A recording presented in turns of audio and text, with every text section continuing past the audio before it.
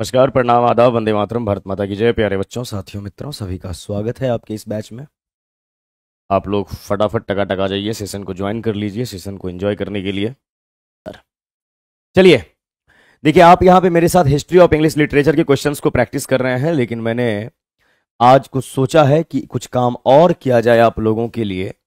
और वो काम ये है, एक बच्चे का मैसेज भी आया था, बुक के बारे में पूछ रहा था, तो बुक के बारे में तो नहीं, वो काम जो बुक में मिलता है यहाँ पे आपको मिल जाएगा। यहाँ देखिए क्या लिखा हुआ है, राइटर्स एंड देयर कोट्स। यानी बहुत सारे राइटर हैं और उनके कोट्स, डायरेक्ट एग्जाम कोट जो होते हैं उसको क्वेश्चंस के थ्रू आपसे पूछ लिया जाता है। दरभंगा सर, मैं किरण, ओके ओके किरण जी, आइए यहाँ पे। तो सबसे पहले हमने यहाँ पे एक राइटर का नाम लिया है, विलियम वर्ड्सवर्थ। अब किसी भी राइटर के बारे में, चाहे वो अमेरिकन राइटर हो, ब्रिटिश हो, इंडियन हो, कोई सा भी राइटर है, हर एक राइटर के कोट से सवाल पूछा जाता है ना। जैसे कल आप पढ़े थे, टू बी और not to be, William Shakespeare का आपने पढ़ा था, टू बी और नॉट टू बी, ये किनका है, किस वर्क से है, ये सब सवाल आपके एग्जाम में पूछा जाता है। तो यहां पर देखिए लिखा हुआ है, the best portion of a good man's life, his little nameless unremembered acts of kindness and love. ये विलियम वर्ड्सवर्थ का कोट है और ये लिरिकल बैलेट से लिया गया है। इस टाइप के सवाल आपसे पूछ लिए जाते हैं आपके एग्जाम में, इसलिए मैंने यहां पे हेडिंग दे रखा है, राइटर एंड देयर कोट्स। अब सवाल कैसे रहेगा आपके एग्जाम में, the best portion of a good man's life, his little nameless unremembered acts of kindness and love, ये सवाल रहेगा। और उसके नीचे आपका बोल्ड में लिखा रहेगा, दिस कोट या this lines belongs to which writer, किस राइटर से बिलोंग करते हैं, यानी किन का लाइन है, तो विलियम वर्ड्सवर्थ का लाइन है। यहीं पे सवाल आ जाएगा, this line belongs to which part of English literature या which period of English literature, तो भैया विलियम वर्ड्सवर्थ है तो रोमांटिक एज की बात कर लेंगे। फिर यहीं पे आ सकता है, दिस लाइन या this quote belongs to which work of William Wordsworth, Lyrical Ballads. इस टाइप के सवाल जवाब आपके एग्जाम में आपसे पूछे जाते हैं राइटर और उनके कोट के। तो जितने भी आपके राइटर हैं, जिन भी राइटर्स के बारे में आप पढ़ते हैं, चाहे वो ब्रिटिश हो, अमेरिकन हो या इंडियन, जो मोस्ट इंपॉर्टेंट हैं, उन सारे राइटर्स का नाम, कोट और किस वर्क से लिया गया है आप पढ़ना चाहेंगे। ये आपके लिए बहुत ही बेहतरीन है। 1 2 3 मार्क्स का सवाल आपका आ जाता है, 35 मार्क्स का जो लिटरेचर आपका है वहां से 2-3 नंबर आप यहां से गेन कर सकते हैं। तो अगर आप बोलेंगे इस तरीके से, क्वेश्चन हम तैयार कर रहे हैं, आपको हम ऐसे पढ़ा देंगे। चलिए, तो ये कैसा लगा आप सभी को, पहले आप ये बताइए, क्योंकि हमेशा कुछ ना कुछ सोचते रहता हूं, आप सभी के लिए कुछ ना कुछ करते रहता हूं।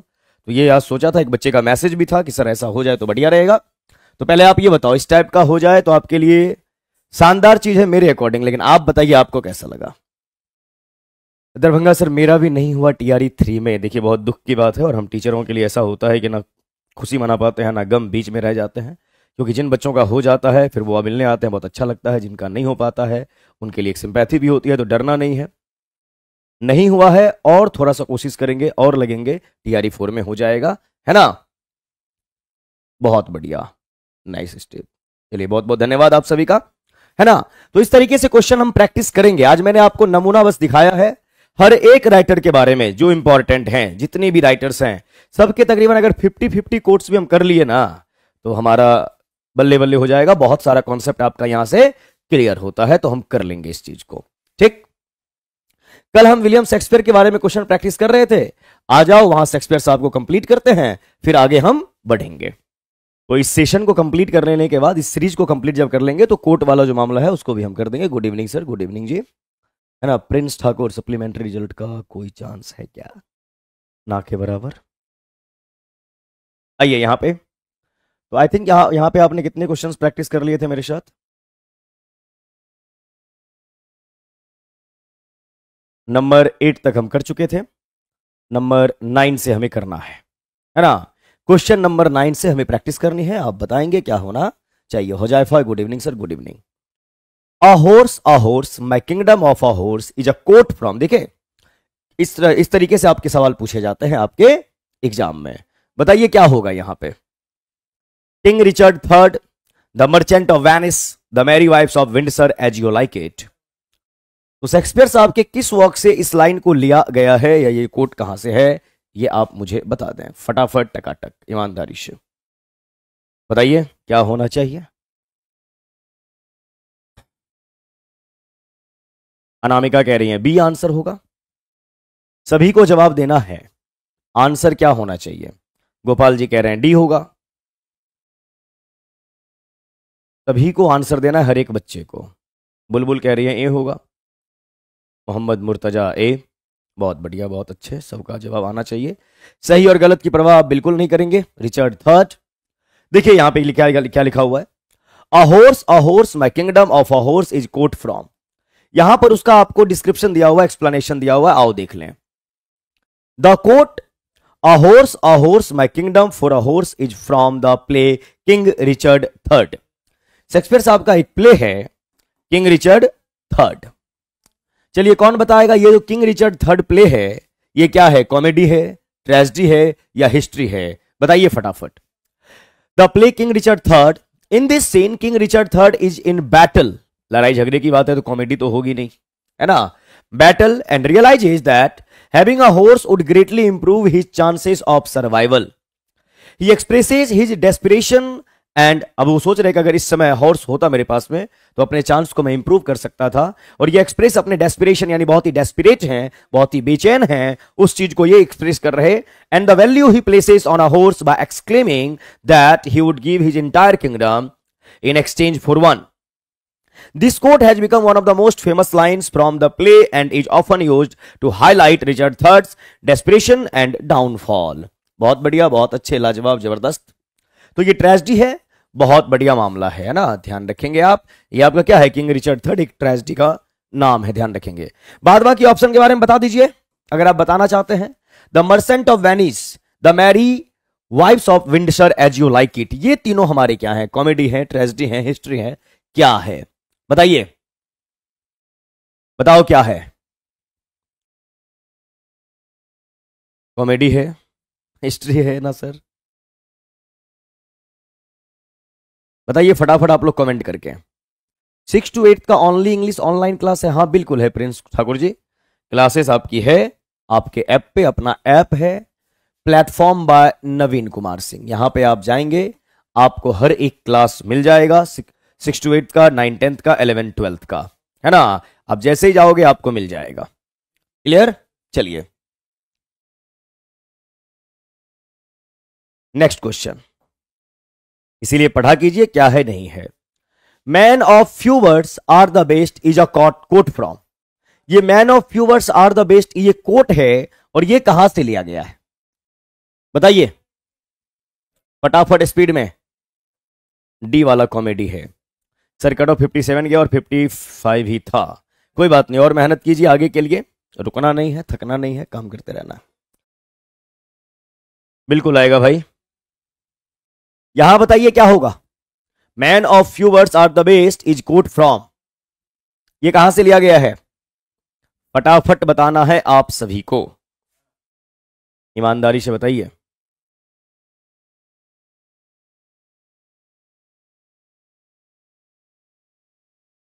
बुलबुल बोल रही है फी, बी बी, सबका बी आ रहा है। आप ही लोग जवाब दें क्योंकि मैं इस समय आप सभी को पढ़ाने नहीं आता हूं, जो आप पढ़े हुए हैं उसको रिवाइज करवाने आता हूं। सुमन करवार बोदार, बी, वेरी गुड। क्या बोला गया? Man of few words are the best is a quote from. पहले आइए डिटेलिंग में पढ़िए इसको। तेरी इसका कहा गया एक्सप्लेनेशन गायब, कोई बात नहीं, इसका एक्सप्लेनेशन नहीं, कौन सा था? ये वाला नहीं था, कोई बात नहीं। किंग रिचर्ड थर्ड, इसका अभी आपने कोट देखा क्या? ये वाला अ हॉर्स, जरूर याद रखिएगा, मोस्ट इंपॉर्टेंट है, एग्जाम में पूछा जाता है। Man of few words are the best, King Richard third. Measure for measure, none of the above, इसका तो कोई चांस ही नहीं है।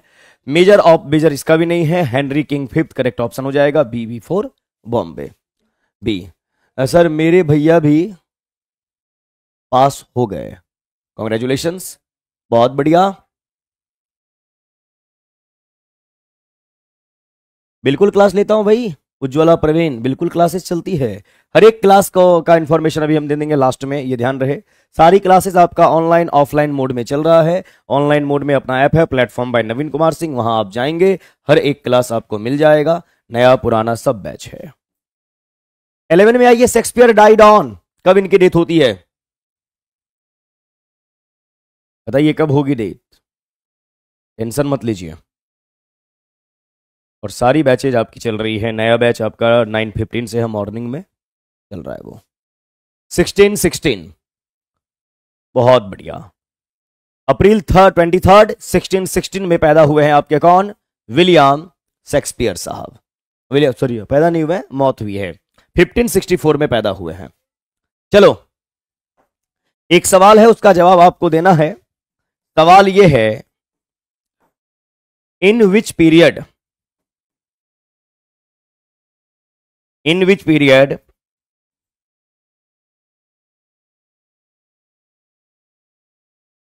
Shakespeare was born?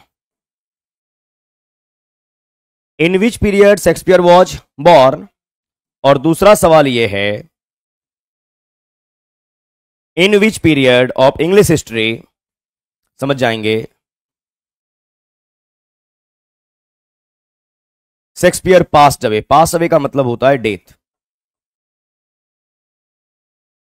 बताइए फटाफट, किस पीरियड में पैदा हुए हैं और किस पीरियड में इनकी डेथ हुई है?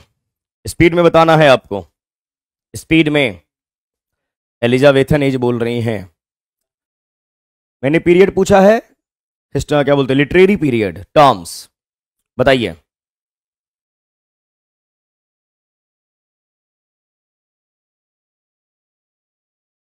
हिस्ट्री ऑफ इंग्लिश लिटरेचर बहुत अच्छे तरीके से आपको पढ़ा चुका हूं मैं। एलिजाबेथन बॉर्न, सुमन कुमार पोदार कह रहे हैं, बहुत बढ़िया, बहुत अच्छे। एलिजाबेथन और न्यू क्लासिकल, गोपाल यादव जी कह रहे हैं, न्यू क्लासिकल की बात कर रहे हैं गोपाल यादव जी। एलिजाबेथन बुलबुल कह रही हैं। आइए गोपाल जी का सवाल है, डाउट क्लियर करें, क्योंकि यहां आने का मतलब यह है कि हर एक बच्चे का डाउट क्लियर होना चाहिए। आओ देखते हैं।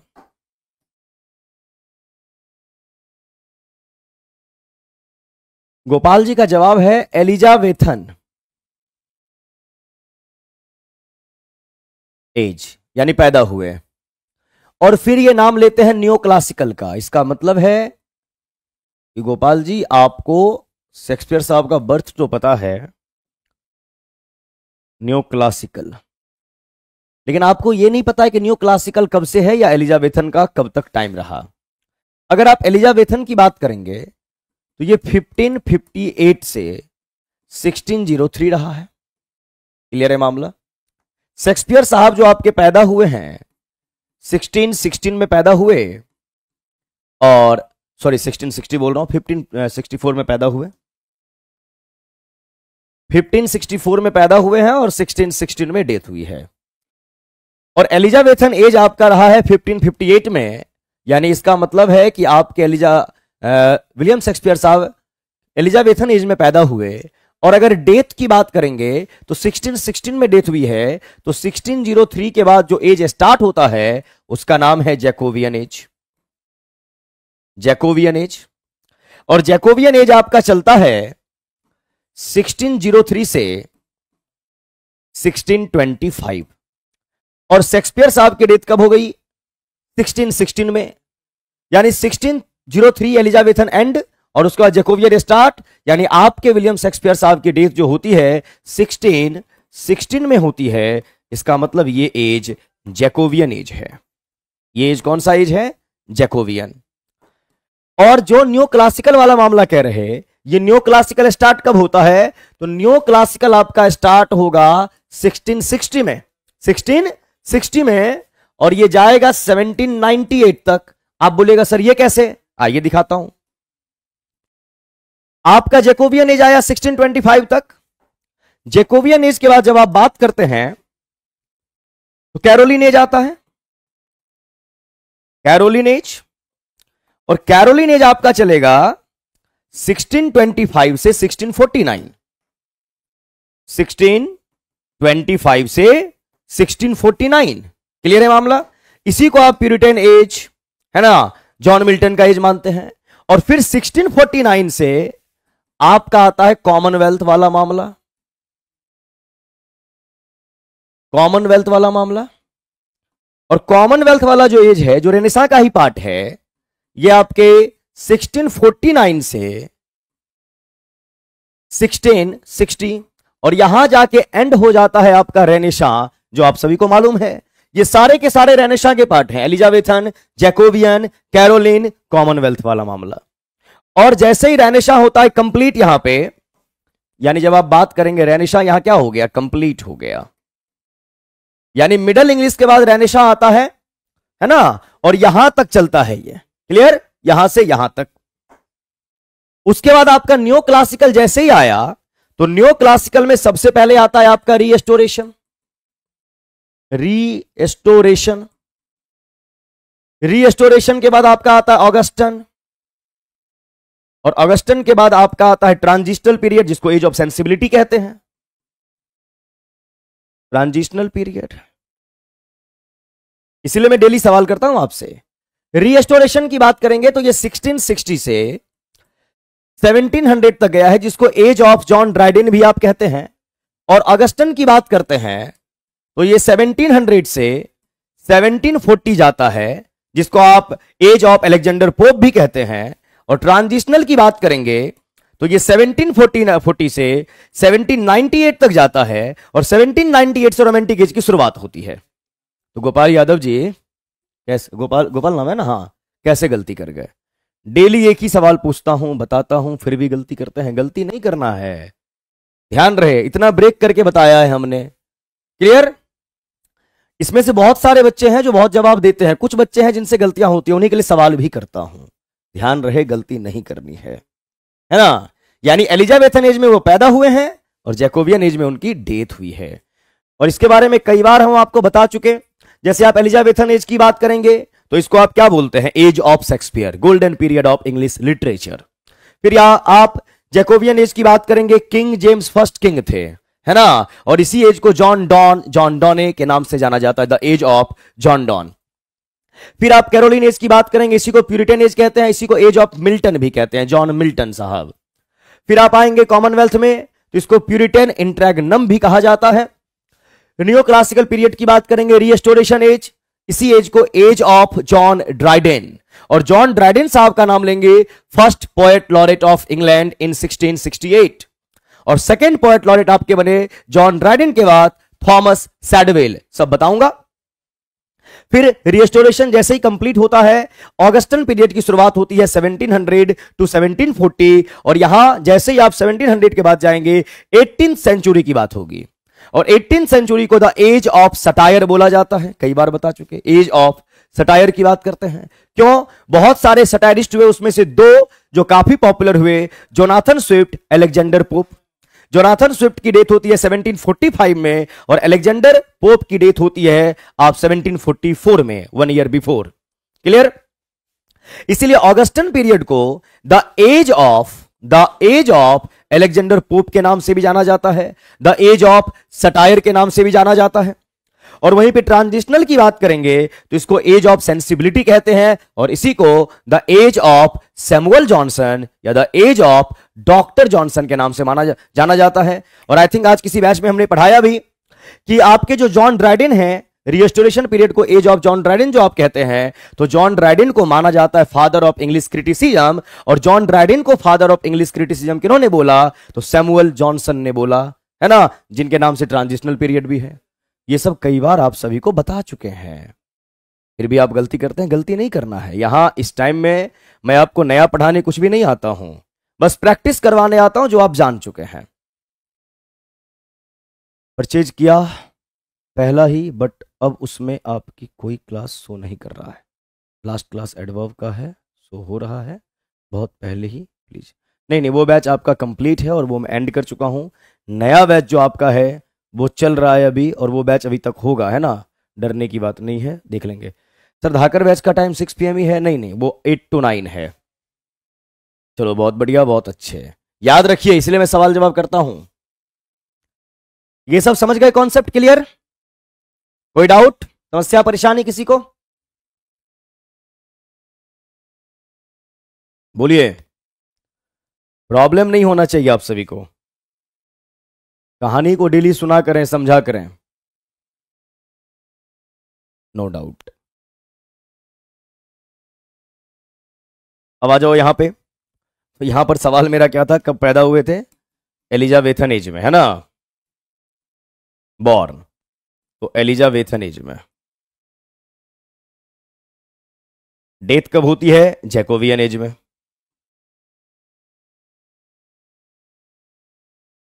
ठीक है मामला। चलिए,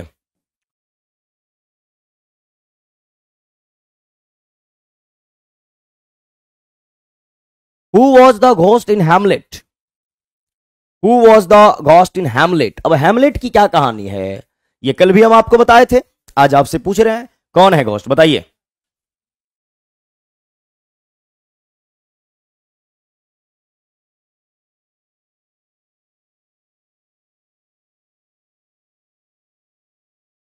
king of Denmark, very good.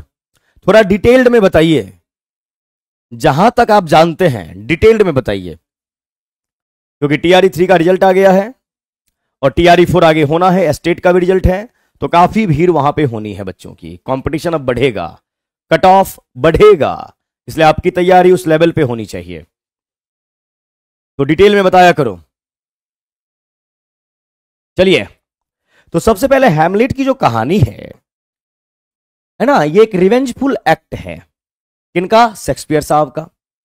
और इसमें कहानी क्या है, जो किंग है डेनमार्क के, है ना, उनका असैसिनेशन हो जाता है, उनका मर्डर हो जाता है उनके भाई के द्वारा। फिर उनके भाई जो हैं, जो मर्डरर हैं अपने ब्रदर के, वो डेनमार्क के किंग बनते हैं और अपनी भाभी से, यानी कि डेनमार्क के जो किंग हैं उनकी वाइफ से शादी भी कर लेते हैं। क्लियर? डेनमार्क का किंग जो है बेटा, जो हैमलेट है, ये मरने के बाद ऐसा बोला जाता है कहानी में जो लिखा है कि ये सपने में आते हैं और बेटे को बताते हैं कि नेचुरल डेथ उनकी नहीं हुई है, उनको मारा गया है। कुल मिला के कहानी ऐसी है, आपकी घोस्ट है जिनका हत्या कर दिया जाता है उनके ब्रदर के द्वारा। वेरी गुड, बहुत बढ़िया, बहुत अच्छे। Who was the ghost? Claudius, Hamlet, king of Denmark, queen of Denmark. तो ये तो वाइफ हस्बैंड है, ये तो हैमलेट है और ये उसका भाई है ना, जिसने मारा था।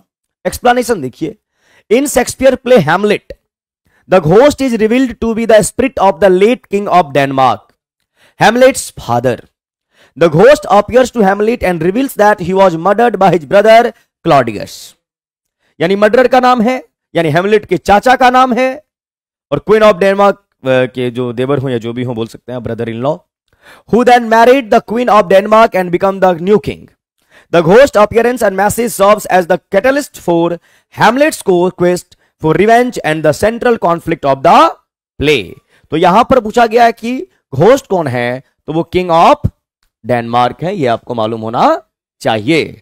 और जब मैं आपको कोट वाला पढ़ाऊंगा, राइटर्स और उनके कोट कौन कौन से हैं, तो वहां पर भी डिटेल वे में पढ़ेंगे, तो वहां पे कहानी के थ्रू पढ़ना है, हर एक कॉन्सेप्ट आपका क्लियर होगा, परेशान नहीं होना है।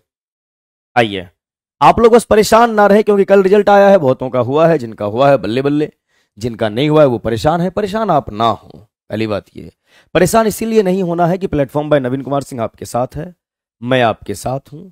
आप जितना मेहनत करते हैं उससे ज्यादा ही मैं करता हूं आपके लिए, है ना, आपके रिजल्ट्स के लिए। तो आप जो भी काम करेंगे, जो भी आपको बोला जाएगा करने के लिए, उतना काम बस आप करते रहिए। यहाँ आकांक्षा है, फिर रात वगैरह में बहुत मैसेज वगैरह आया है, बहुत बच्चों का रिजल्ट हुआ भी है। आज तो एक नए बैच में प्रिया सिंह करके पढ़ा रहा था, बोलती है सर जॉब हो गया मेरा। तो जितना बोलूंगा उतना करते जाइए, बस जितनी बार यूट्यूब पे बुलाता हूं आते जाइए। ये मत सोचिए कि सर इतनी बार इंग्लिश में ही आए तो और सब्जेक्ट भी पढ़ना है, पढ़िए, रात को जगिए, पढ़िए, मेहनत कीजिए, है ना।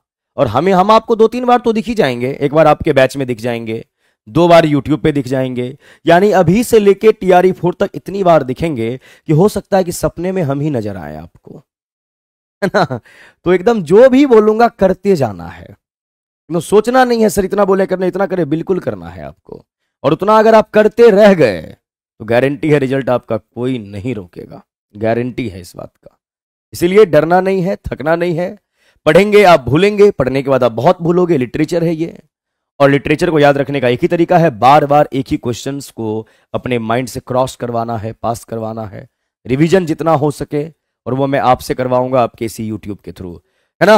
अगर इस टाइम में बिजी हो जाऊंगा तो रात को आऊंगा 12 बजे यूट्यूब पे, पढ़ेंगे पूरी रात, लेकिन जगना है आपको। जैसे कल या परसों मैं एक मैराथन क्लास ले रहा हूं, ग्रामर और वोकैब का, है ना। तो अब आप लोगों को जग के वहां पे आना है, क्योंकि आपके एग्जाम में ग्रामर भी है, वोकैब भी है, कॉम्प्रीहेंशन भी है, लिटरेचर भी है। तो अब होगा मैराथन का सीरीज स्टार्ट, कभी भी ले लेंगे। तो कल बुधवार है, या कल ना ले तो परसों ले लूंगा, एक मैराथन की क्लास होगी, जहां पे ग्रामर और वोकैब के क्वेश्चंस होंगे और आप सभी को वहां पे आना है। जगना शुरू कर दीजिए अब, है ना, उल्टी गिनती चालू। एकदम सोने नहीं देंगे, घूमने आपको नहीं देंगे, कहीं जाने नहीं देंगे, खुद से कनेक्ट करके रखेंगे, चाहे बैच के थ्रू हो, यूट्यूब के थ्रू हो, और आपको बने रहना है। और आप बने रह गए तो आपका रिजल्ट पक्का है ना। हम इरिटेट कर देंगे आपको पढ़ाते पढ़ाते, आपको इरिटेट नहीं होना है। हाँ बिल्कुल करना है। नहीं कैसे करोगे? एग्जाम है, किस चीज का एग्जाम है आपका? आइए, who called William Shakespeare an upstart crow? बोलिए, किन्होंने बोला था विलियम शेक्सपियर को अपस्टार्ट क्रॉ? बताइए बताइए बताइए। देखिए ऐसा है कि कल जब से रिजल्ट आया इतने भावुक हो गए। एक रील बहुत वायरल हो रहा है, आप लोग देखे होंगे। उसमें एक बिहारी टोन में बोला जाता ना, कोई बोलते रे, है कि नहीं है? तो इसी पे मेरे मन में तभी से यही आ रहा है प्लेटफॉर्म को लेके, और खास करके अमरजीत सर और आशीष सर जो अपने हैं, जो मैथ साइंस में जलवा बिखेरे हैं, तो यही बोल सकते हैं हम। तो कई बार बोल दिया, आपके सामने भी बोलेंगे कि कोई बोलते रे अमरजीत सर के सामने, कोई बोलते रे आशीष सर के सामने, प्लेटफॉर्म बाय नवीन कुमार सिंह के सामने। आ जाइए, चलिए। Who called William Shakespeare an upstart crow? किन्होंने बोला था? अब यहां पर ये क्वेश्चन रहने देते हैं। अब आपसे सवाल कर लेते हैं कि small Latin and less Greek, small Latin and less Greek, ये फ्रेज किन्होंने दिया था विलियम शेक्सपियर के लिए? बताइए। बच्चा लोग हंस रहा है, सही है ना बोल रहे हैं? कोई बोलता है? Ben Johnson? वाह क्या बात है, कोई नहीं बोलते, एकदम नहीं बोलेगा कोई। चलिए आ जाइए यहां पे। तो स्मॉल लैटिन लेस ग्रीक बोलने का काम विलियम शेक्सपियर के लिए किए थे बेन जॉनसन। और बेन जॉनसन साहब का एक और नाम है बेंजामिन जॉनसन, बेंजामिन जॉनसन। चलिए, यहां पर है Robert Laffen, Annette Juliana, Robert Greene, Lucrece. Correct option क्या हो जाएगा? Robert Greene. रॉबर्ट ग्रीन बहुत बड़े आलोचक रहे किनके? विलियम शेक्सपियर साहब के। क्योंकि विलियम शेक्सपियर साहब जो हैं, इनके पास फॉर्मल एजुकेशन उतना नहीं था, ये बहुत ज्यादा पढ़े लिखे नहीं थे, है ना, लेकिन प्रसिद्धि, नेम एंड फेम बहुत ज्यादा मिला। जिस चीज को लेके हो सकता है कि रॉबर्ट ग्रीन थोड़ा जेलस फील करते होंगे, और ये उनकी आलोचना करते हैं किस फ्रेज के थ्रू? तो अपस्टार्ट क्रॉ, ये ध्यान रखना है, ठीक है? हाँ सर, मैथिली में अच्छा लगा सुन के, चलो बहुत बहुत धन्यवाद। अब यहां पे आइए, बेन जॉनसन साहब का एक प्ले है जिसमें आपके विलियम शेक्सपियर साहब एक्ट किए हैं। उस प्ले का क्या नाम है? कई बार पूछ चुका हूं, आज भी पूछ रहा हूं, बताइए। Very good Gopal Yadav ji. Every man in his humour, बहुत बढ़िया। Every man in his humour, ये एक प्ले का नाम है बेन जॉनसन का। Every man in his humour, ये एक प्ले है किसका? बेन जॉनसन का, जिसमें एक्ट करने का काम किन्होंने किया? विलियम शेक्सपियर साहब किए। ये आपको ध्यान में जरूर रखना है। चलिए 14 में आ जाओ। In which novel are Cassius, Portia, Octavius the characters from? है ना, कौन सा ऐसा वर्क है, कौन सा ऐसा वर्क है जिसमें ये सारे कैरेक्टर्स आपको दिखते हैं? Cassius, Portia, Octavius, King Lear, Julius Caesar, Much Ado About Nothing, the Merchant of Venice. बोलिए क्या होना चाहिए? नहीं भाई, ओथेलो नहीं है। सत्यमानंद जी पढ़िए ईमानदारी से, और टाइम बिल्कुल वेस्ट नहीं करना है, लगे रहना है, बने रहना है। बोलिए क्या होगा आंसर? आइए यहां पढ़िए इसको। Cassius, Portia, Octavius are characters from the play Julius Caesar by William Shakespeare. Cassius is a Roman senator and one of the main conspirators against Caesar. यानी ये रोमन सीनेटर हैं और बहुत बड़े कॉन्स्पिरेटर हैं। किसके अगेंस्ट में? जूलियस सीजर के अगेंस्ट में। Portia is the wife of Brutus, Portia जो कैरेक्टर है वो ब्रूटस की वाइफ है। And is known for her loyalty and strength, अपनी लॉयल्टी, अपनी स्ट्रेंथ के लिए जानी जाती है। And Octavius is Caesar's adopted son, Octavius जो है जूलियस सीजर का एडॉप्टेड सन है। And one of the triumvirs who eventually becomes the empire of Rome. ये आपको ध्यान में रखना है। तो करेक्ट ऑप्शन आपका क्या हो जाएगा? जूलियस सीजर के कैरेक्टर कौन कौन?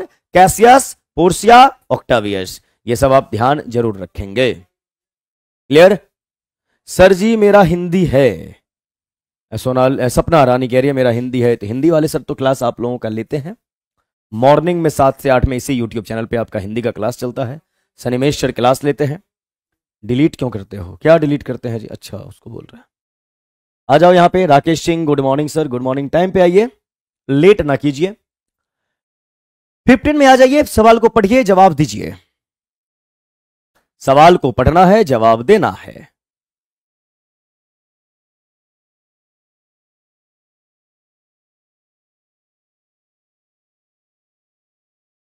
सर ऐप पे क्लास कब चल रहा है? नए बैच की अगर बात कर रहे हैं आप, तो नया बैच आपका 9:15 से चल रहा है मॉर्निंग में,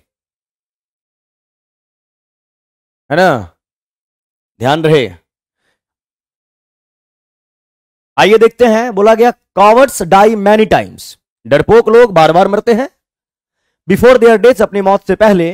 the valiant never taste of death but once, जो बहादुर लोग होते हैं वो एक बार मरते हैं। This is an exact extract from King Lear, Hamlet, Julius Caesar, the Merchant of Venice. यहां पर किसके साथ आप जाएंगे? ये कोट कहां का दिया गया है? कुछ बच्चे डी कह रहे, कुछ बच्चे बी कह रहे। बुलबुल का कहना है सी, जूलियस सीजर। पढ़ो यहां पे। This quote is from Julius Caesar. It reflects the idea that those who are cowardly experience fear and anxiety multiple times throughout their lives, while those who are brave and valiant only face death once. This quote highlights the themes of bravery, mortality, and contrasting attitudes towards death in the play Julius Caesar.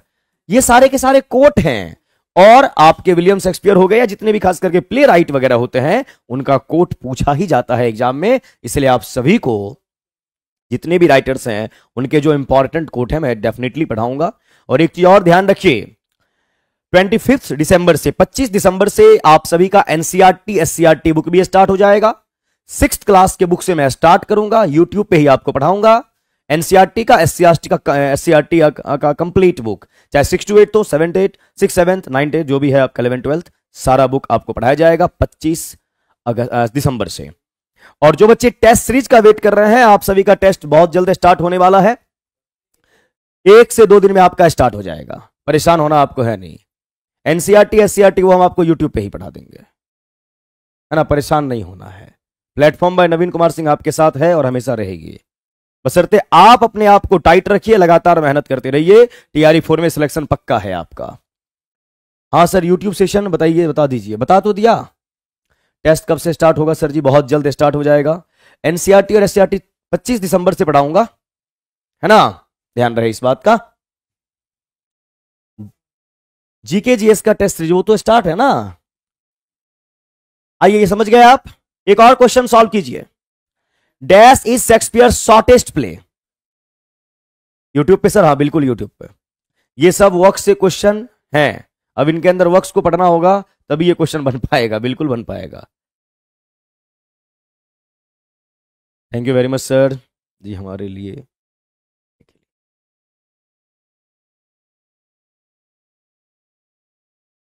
क्या answer होगा?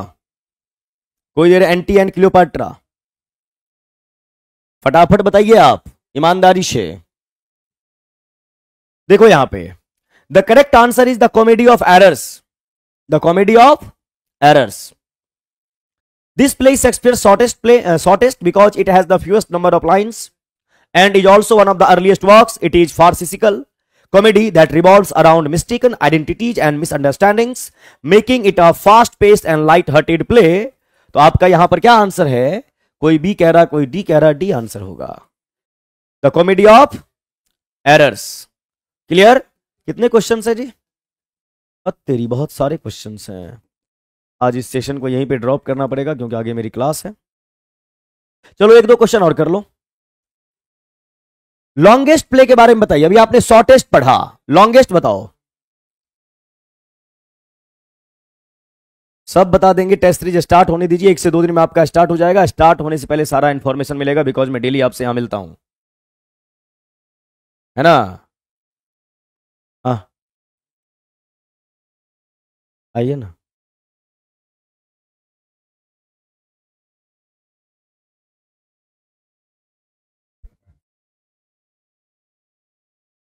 Dash is a Shakespeare's longest play. Hamlet is Shakespeare's longest play, consisting of approximately 4042 lines. It is a tragedy that explores themes of revenge, madness, and the complexity of human nature. The play follows the story of Prince Hamlet, who seeks to avenge his father's murder. Hamlet's length allows for a deep exploration of its characters and their motivations, making it one of Shakespeare's most renowned works. तो यहां पे हो जाएगा आपका answer Hamlet. ठीक है, आज की क्लास को यहीं रोकना पड़ेगा, और आगे जो आपका क्लास वगैरह होता है आई थिंक आपका क्लास नहीं हो पाएगा. जैसे धाकर बैच है आपका, या और जो भी बैच है, देखता हूं अगर हो गया तो ठीक है, नहीं तो फिर आज ऑफ रहेगा. कल से मुलाकात करेंगे उन सारे बैचेज में. बुक आपका 25 दिसंबर से स्टार्ट हो जाएगा इसी यूट्यूब चैनल पे. टाइम मैंने डिसाइड नहीं किया है, टाइम डिसाइड करके मैं बता दूंगा. अनामिका कह रही है क्यों सर, कहीं जाना है मेरे को, अर्जेंट है. ये मत सोचिएगा रिजल्ट आया है तो बच्चों के साथ हम पार्टी कर रहे हैं, ऐसा बिल्कुल नहीं है. मुझे कहीं अर्जेंट में जाना है इसीलिए, है ना, ध्यान रहे. ठीक है, कोई दिक्कत समस्या परेशानी? अभी निकलना है, अभी के बाद से जो भी बैच है उसको ऑफ रखना पड़ेगा.